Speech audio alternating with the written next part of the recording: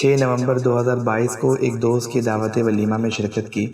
خاصی دیر بعد جب چراغ محفل سے ملنے گیا تو صاحب ایک نامور سیاستدان کی طرح گردن ایک کندھے پر لٹکائے بیٹھے تھے۔ بھائی کیا کر رہا ہے؟ سامنے دیکھ۔ میں جھینپ کر بولا، یار نہیں دیکھ سکتا، میری گردن اکڑ گئی ہے۔ ایسا کیا ہو گیا؟ میں نے ہاتھ بڑھا کر اس کا رخ سامنے پھیرا۔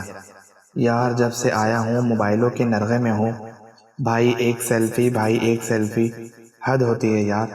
زبردستی ہونٹوں کو گھسیٹ کر کانوں تک لے جائیں، زبردستی مسکرائیں اور سیلفی بنوائیں۔ اب تو معاملہ بڑھ کر ٹک ٹاک ویڈیو تک پہنچ گیا ہے۔ ان کی طرف دیکھو، وہ پہلے خود بھی تصویر بناتے رہیں، اب ان کے بیٹے کے ہاتھ میں موجود موبائل پر لائیو ویڈیو بن رہی ہے۔ کسی مہمان سے بات نہ کرو، بس سامنے دیکھو۔ اس نے مجھ پر بھڑاس نکالی۔ اچھا پریشان مت ہو، پہلے ہی منع کرنا چاہیے تھا کہ تصویر کشی بالکل منع ہے، چاہے کیمرے سے ہو یا موبائل سے۔ خیر اب بس تھوڑا ہی وقت رہ گیا ہے۔ اسے طفل تسلی دے کر میں اپنی نشست پر آ بیٹھا۔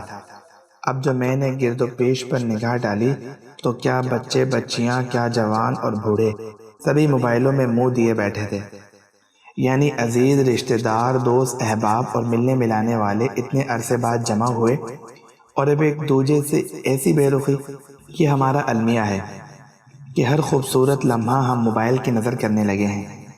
کہیں گھومنے نکلے ہیں تو بجائے یہ کہ حسین اور دلکش مناظر سے ذہن اور روح کو سرشار کرتے اور تازگی حاصل کرتے، موبائل اسکرین پر انگلیاں چلانے میں لگے ہیں۔ کسی انجمن میں عزیزوں اور بڑوں کے حلقے میں بیٹھے ہیں مگر نظریں نیچے گڑی ہیں، شرم سے نہیں بلکہ موبائل پر۔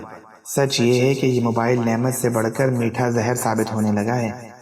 اپنی ننھی منھی خوشیوں کو آگ لگانے والے اور رشتوں میں دوریاں پیدا کرنے والے ہم خود ہی ہیں، ورنہ آج بھی خلوص، محبت اور وارفتگی کے جذبات دلوں میں راکھ میں دبی چنگاریوں کی طرح موجود ہیں۔